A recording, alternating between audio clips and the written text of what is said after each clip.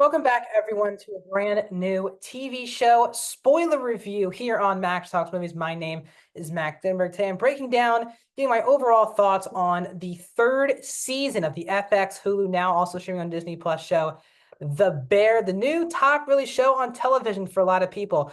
I just finished watching the entirety of season 3, all 10 episodes. They dropped at 9 o'clock Eastern on June 26th. I'm going to stop and break down the entire show. So if you're new to the channel, please hit that subscribe button and ring that bell for notifications. I talk all things movies, TV shows. I do rankings. I do a box office show, add a theater reaction. So please subscribe, ring the bell if you're into any one of those things. We're almost at 220, so help us get there by subscribing. Comment down below. What are your thoughts on season 3? Was this your favorite season, your least favorite season? What do you want to see in season 4? Let me know in the comment section. Also, please like the video, guys. The thumbs up button. That's how you support this channel in the best way. And also, if you want to support me via money or donations, go to the Streamlabs down in the description below. I do a live stream once a week. If you want to get your question answered live on air, you can please donate down below, and I'll read it in the next live stream. So before we even get started, this is a full spoiler review. So if you have not seen any two of the first two seasons of The Bear, or even, as I said, the entirety of season 3, if you haven't seen any of The Bear or up to season 3 ending, go away, watch season 3 of The Bear, then come back here. We'll have a fun conversation. But this is going to be full spoiler details. Let's get started now. So if I've been warned you, let's do it. So I really got into The Bear late. Season 1 came out. I never watched it. But around when season 2 coming out, there was a lot of momentum out of nowhere of the show of interest in it. So I binged season 1, I think a week before season 2 came out. And obviously season 2, rightfully so, really took over the pop culture with the cameos and even the dinner scene. And a lot of and most of these actors have now gone to do, or in a lot of things, big time in Hollywood now since the show. And I fell in love with that show, obviously, last year. Now, a year later, the build-up was pretty high for me for season 3.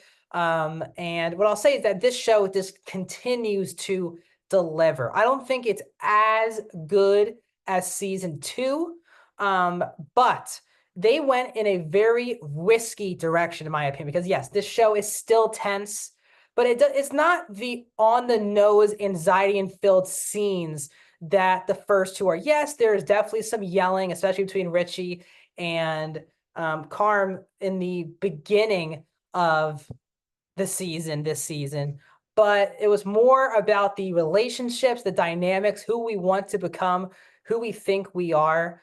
And I thought that was actually a good direction to go to, because it definitely was different than what the first two seasons provided. So obviously a big thing happens at the end of season 2, which is Carmy gets stuck in the fridge of his restaurant on opening night. And basically the entire restaurant runs without him on opening night to glowing reviews. And while he probably himself gets the credit for it, he was in the ice where he went off on Richie, went off on everyone, including the return of Claire, played by Molly Gordon. So he loses his girlfriend in that moment, and he loses respect really from Richie the entire season. They never make up in season 3. I think there's a kind of respect between the two of them, but there really isn't a makeup. Richie was trying to apologize. Carly was trying to apologize, and then it kind of got derailed from there in that non-negotiables. You can really tell that this was going to go in a different direction based off the first episode of the season, which was titled Tomorrow, which is really kind of a prequel episode. And a lot of this season are about flashback things, about what was the motivation to get into cooking and that career. And you saw Carney go through, obviously once again working for Joel McHale's character, which we didn't know he worked, well, we knew he worked for him, not physically, which was him and Will Poulter's character working for Olivia Colman's character, and all of the prep work that he's done to get to this point. His brother, obviously dying, played by Jon Bernthal, the fact that he's leaving home to pursue cooking, and that really sacrificed all of his relationships, even including family things. home, which of course is also his sister, Natalie. And that first episode is very much not really a lot of dialogue at all. It's kind of just music playing through us going through these flashbacks, and there's really is minimal dialogue. And I thought that was really definitely a surprise after the cliffhanger that was what was going to happen next after the end of season 2. And you kind of get that in episode 2 with this, as usual, they have to this one episode which feels like a total one take. They did that with the episode 2, and for the most part, they did that with episode 8 with Natalie's pregnancy and her mom having to come in to watch her. We'll get to that in a second. But the second episode was all about this one. They're stuck in one. It felt like a play sometimes in a good way. It's one shot and everyone's coming in for the day the next day after what occurred in season 2. And obviously you have, Carmy trying to apologize to Sid, and then once Richie comes in, things get out of proportion, then everyone's coming in. That was definitely the more anxiety filled because there was so much fighting internally going on. Not bringing up Claire, all these things. It was definitely very interesting. A lot of characters had a lot going on. We can start with the minor characters and go our way up here. So Marcus, obviously, his mom passes away. We knew that at the end of season 2 when he was cooking on that opening night while his mom passed away. And Marcus's arc this season is just trying to move on. And he said in a really emotional, one of the best scenes of the season, in a one-on-one meeting with Jeremy Allen White's character of Carmy, where he's like, I have to move on. And I think it was a blessing, the fact that I was working. It was meant to be that I was working here, doing what I love, while she passed away, while I wasn't stuck in the hospital. A really good, relatable scene that sets up Marcus' character. He goes through the funeral. He goes through trying to find his love of cooking, which he really finds through the books of Carmy here. Carmy let him use all the books that he had there. And that really helped find his inspiration again. Sid with helping him move some things out. He kind of donated most of the things that his mom had. He had no father, all these things. So I think Marcus has always been a really strong character. Tina got her own episode played by Lisa Colon Zayas. Hopefully I'm saying her name right. In episode 6, which was the episode directed by Ayo Edebiri. Obviously plays Sydney on the show. Her first ever directing episode ever, which was a really strong episode. It was called Napkins, which is also called back to the finale. But we see Tina before she got to the original form of the bear, where she was at her job for 15 years. She had her husband who was working 2 jobs, and their renter was pushing their rent up. They were kind of struggling. They had a son, and then out of nowhere, after 15 years at the same job, Tina gets fired, and she's then stuck trying on the job search. And I think a lot of people, no matter how old you are, can relate. I can even include this, is the job hunt. And every age has a different dynamic of what it's like, but I think a lot of people find struggles with the job hunt. And Tina finds that she didn't go to college. So one of the places that liked her wanted to interview her, couldn't because she didn't go to college. Then she got an email from LinkedIn telling her to go to this place, and they tell her, someone already got hired for it. So thanks for coming in. And she gets mad that you got to stop giving people hope and emailing people if you already, and everyone can relate to all these situations. So then Tina goes to the bear. Her train was running around like 40 minutes late. And she goes to the bear, and she's just an absolute mess. She thinks her life is over, that, even though her husband's working 2 jobs and getting a little bit of a pay increase, it's still not enough for this house, and she doesn't want to move out of the house. So she gets a free cup of coffee from Richie, who's running things at the time. And Richie also, someone forgot their sandwich, so they gave her the sandwich. It's a really nice interaction between Richie and Tina, who obviously have never met before. So now they get to the back. Tina sits in the area of the bear with no one else sitting there. And she kind of just breaks down in front of Richie, Maddie Matheson's character, and Michael, played by Jon Bernthal. Sorry, Neil. So you have Neil, Richie, and Michael, who witness her kind of doing this. Richie's like, get her the hell out of here. We don't want to see our original customers, seeing someone crying in the restaurant. So they leave. And Michael has a really powerful conversation with Tina, It's again also one of the best scenes of the season and really well acted by both. And Bernthal, who's not really again in the show that much, he's obviously a guest performance, as are a lot of these cameos, but he's really phenomenal in this scene. He's been really good in the entire series so far as the older brother of the Berzatto family. So they have this really powerful conversation, and it ends in him offering her the job of the line cook, and that's how Tina gets the job at the Bear. Also really good stuff. Maddie Matheson's character of Neil also gets with his brother character on the show. They get a lot of they are the entire bit of comedy in the show. I think everyone laughs that the show is thrown into the comedy character. So you have Theodore, sorry, and Neil, who have been kind of the comic relief of the show so far. And they get an extra bit of comic relief from Sammy, who is played by John Cena. So John Cena was kind of the second kind of big cameo in the show. And they have a really funny dynamic about haunting. That's a bit that is throughout the entire season, as Cena's character haunts Theodore the entire time. Really funny stuff with that scene. And last we see of Cena is him talking about having to get this duck for the family. It was really funny, well done casting, in my opinion. Yeah, so that works with the other characters. So Richie, let's go to Richie now before we get to the big the family and Sid. So Richie's going through obviously a lot. Him and Carm are not on the same page at all this entire season, but he's trying to take care of his daughter more. And this is where we meet Jillian Jacobs' character, who we saw from season 2, who is his now ex-wife, is now married to this guy whose fiance is played by Josh Hartnett. Another really good cameo and a really awkward situation because Richie and his ex-wife don't hate each other or anything like that, but they just grew apart. And now you have this awkwardness where Richie doesn't feel like he should be around as much. And that's when he has a couple really good one-on-ones with Natalie the entire season.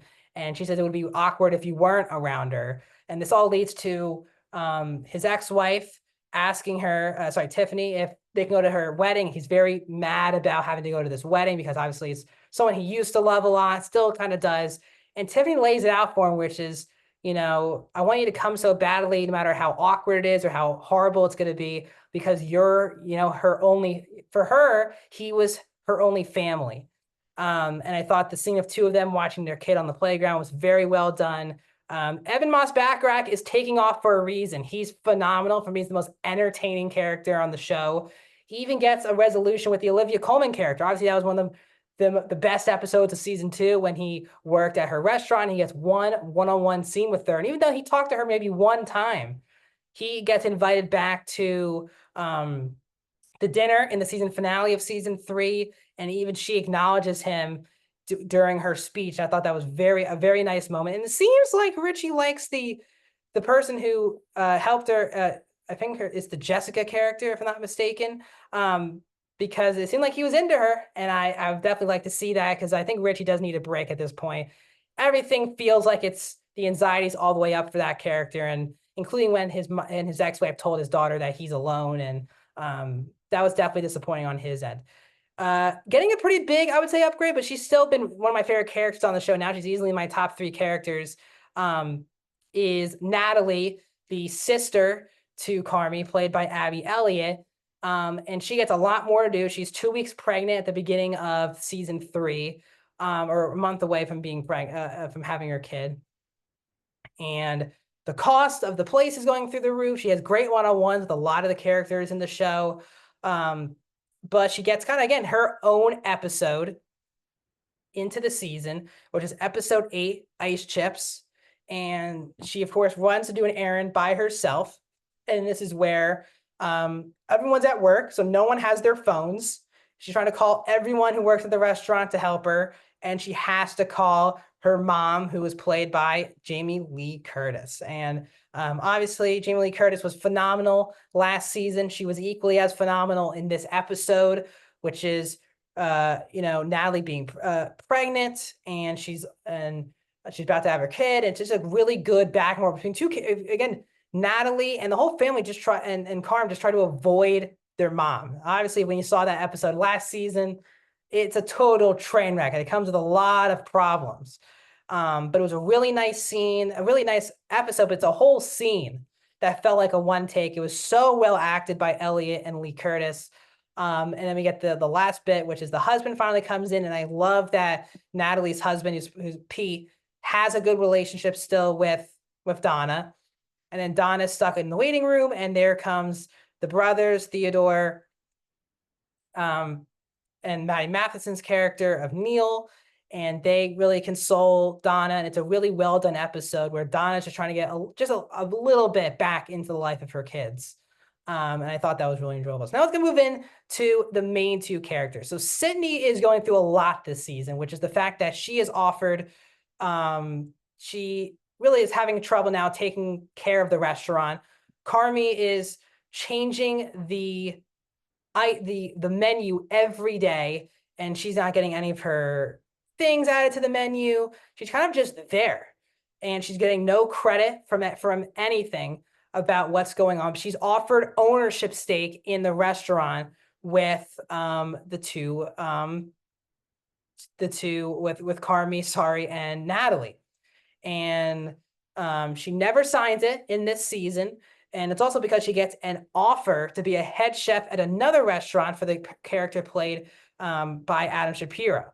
And he also just plays himself, I guess, Adam Shapiro playing Chef Adam Shapiro. So you have Sydney getting offered a head job where she'll be running the restaurant herself, cooking, and all of the credit will kind of go to her. While she's also battling with, this is kind of her family out of nowhere now. This group of people have become her family. But she's also realizing that Carmy is not a great boss. And we kind of saw the evolution of that with Jeremy Allen White coming full force in that last episode of the season with his final confrontation with Joel McHale's character of Chef David, because this is the one person who drove Carmy insane from a mental level, had a lot of anxiety, panic, disorders, all these things because of the relationship with this guy. And the whole time they're at this dinner at Olivia Colman's restaurant, he keeps staring at him the whole time. And you're just ready for it. And it was starting to build up when Carmy was talking to Sydney and Luca. But then boils over this one-on-one.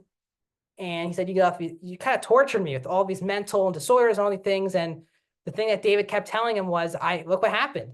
And David's still not a good person, but comes out and says, look what happened. You turned out to be an excellent chef running your own restaurant. I mean, and he, in his very hypothetical, hypocritical ways, like, what do you want me to do in that situation? And it really makes the audience realize, and also Sydney, when she's having this conversation with actual chefs at that table in the last episode, which is that Carmy just isn't a good boss at all.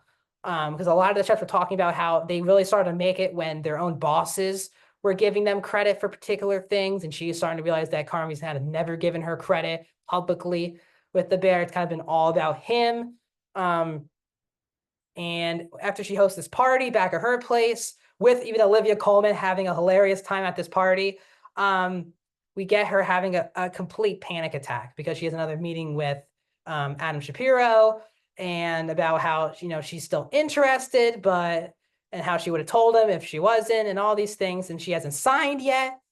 And she has a lot of things going on. She's going to do a new apartment that's further away from the bear.